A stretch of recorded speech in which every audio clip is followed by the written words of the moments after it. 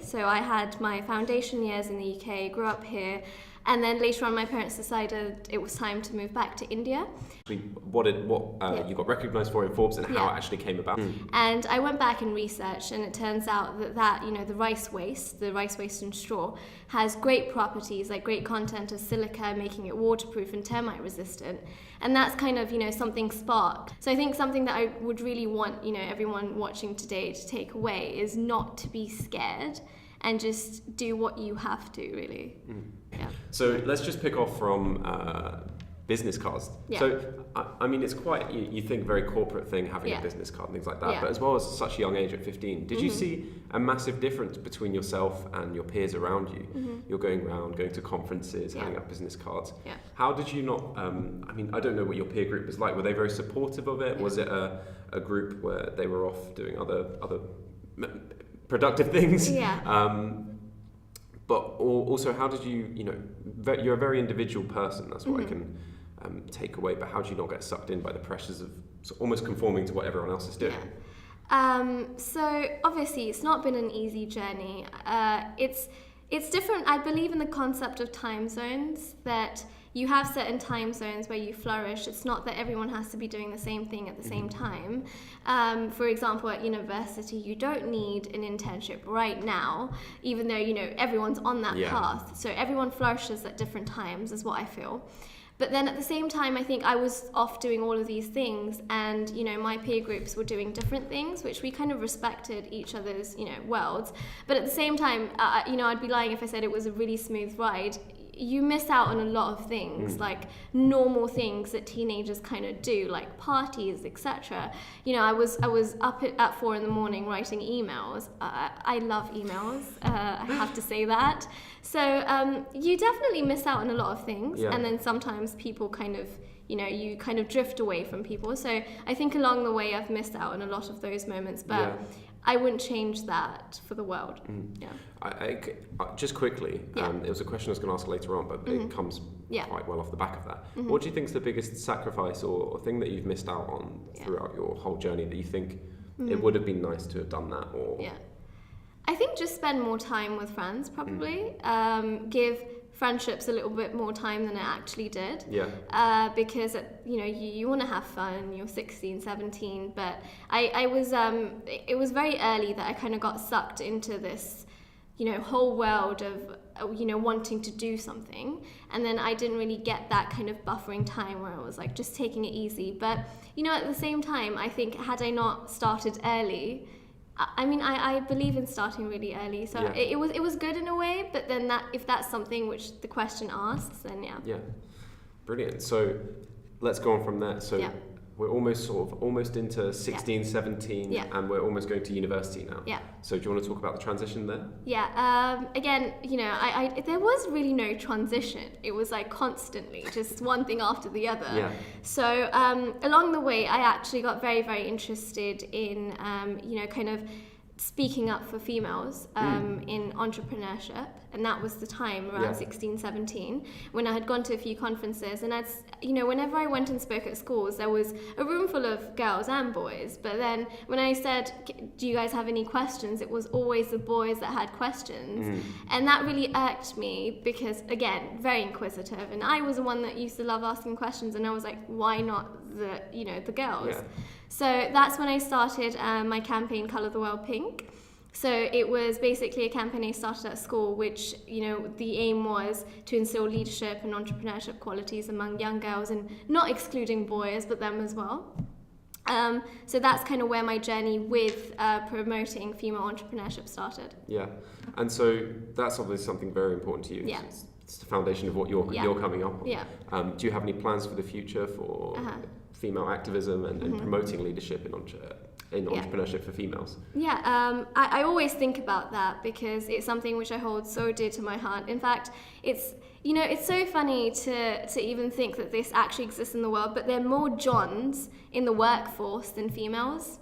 So just the name John? Just the name John. So people named John are way more than females. And, you know, it's going to take us 100 years to reach parity in the C-suite. And that's something which is absolutely appalling to me. This is, you know, we always say that we're moving towards a more, you know, progressive society. You know, this is not really equality. I mean, it's like 5% compared to 95% CEOs that are males. So I think that I want to be in a position where I can really instill, you know, rippling effects of change, not just starting one thing and it not being able to reach a lot of people. So I think I want to see myself at a position where I can genuinely make great changes. How do you see yourself the steps, taking the steps necessary to sort of achieve these goals, or being a contributor? Because obviously it's not an individual thing that you can, it's got to be a collective effort. Definitely. So firstly, I did start off being very individual. So I used to go to schools and kind of talk to everyone. And I think the most satisfying thing that I have ever come across is when a parent had called me and said that, you know, his daughter had read about me and really wanted to go into entrepreneurship. And later she did, and she ended up inventing something, which is great. And, you know, I think they're the little moments which matter as well, that you're changing at least one person's life if you possibly can. But I think as you kind of move forward, and I started attending bigger conferences and wider audiences, that's where I actually love talking to people, and I love talking, basically. So, you know, talking to people and seeing ways in which you can promote female entrepreneurship in small organizations, large organizations is really important. So that's where I kind of see myself going.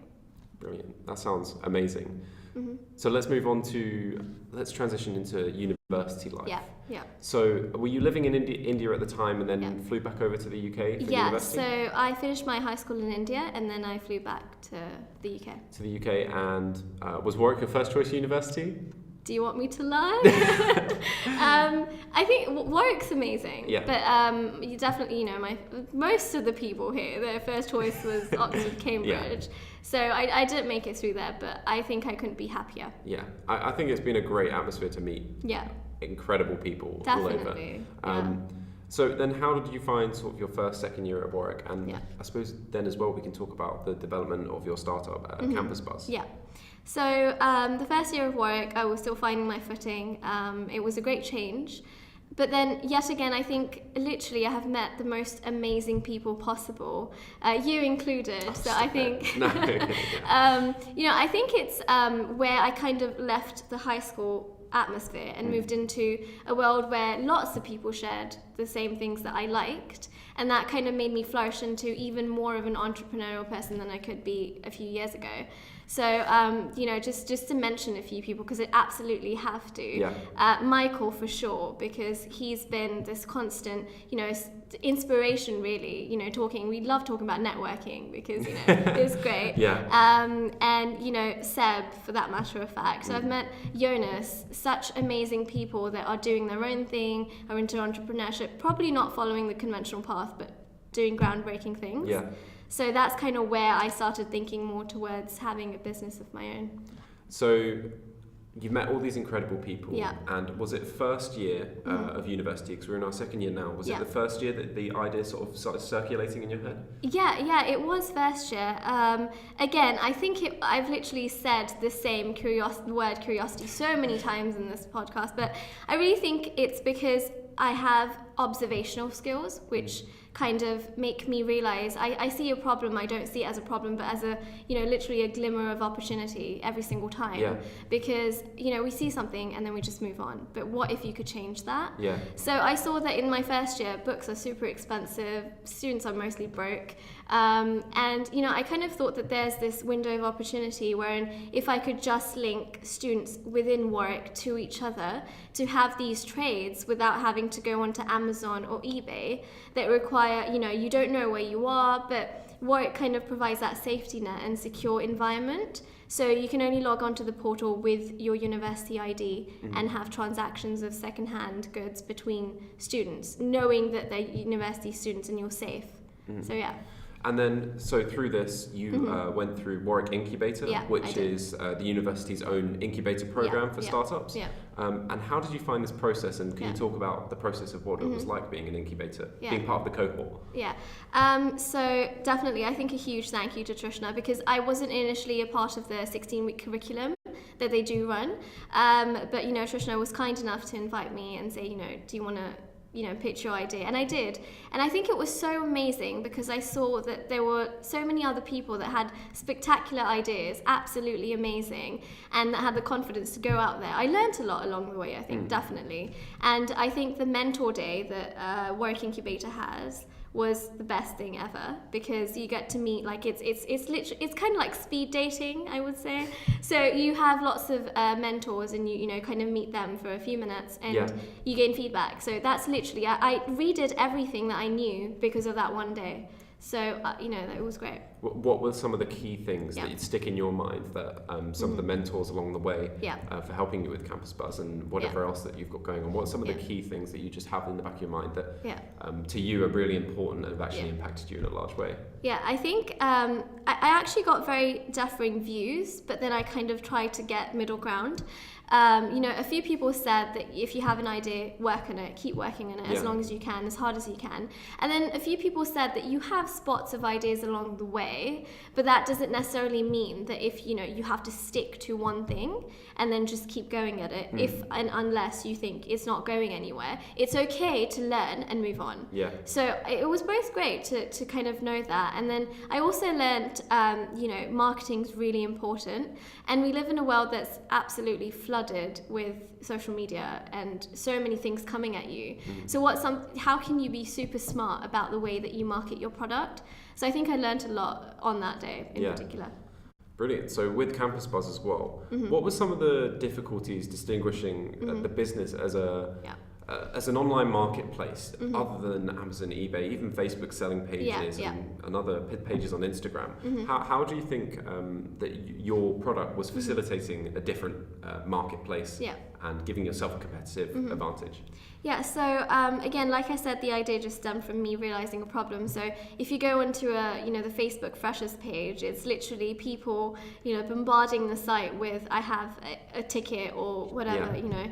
And then I kind of thought that the reason why they're posting on the Facebook Freshers page of Warwick was because they wanted to target Warwick students, right, and not just students in general, which, you know, as you mentioned, eBay, Amazon, etc. let you do. So I thought, you know, this is a great opportunity wherein I could go to a safer place, say exactly like Warwick University, log in with my email ID, and then later on, say, if I say meet me in front of, say, Sherborne, you'd know where to come, and I can trust the fact that I'm doing the right thing, the right transaction. Though no one would trek to Sherborne, that's a separate thing, but yeah. So where do you see the future of Campusbuzz? Whether you want to continue it, pivot, or let it go and move on to the next idea? As of now, I think I'm very strongly backing the fact that I want to make Campusbuzz into a platform that lots of universities use, not just probably in the UK, but I think this problem is very prevalent in India as well. So I see those two markets as of now, because that's literally where I can, you know, kind of figure it out. So as of now, definitely, you know, moving forward with the idea and working as hard as I can. Awesome.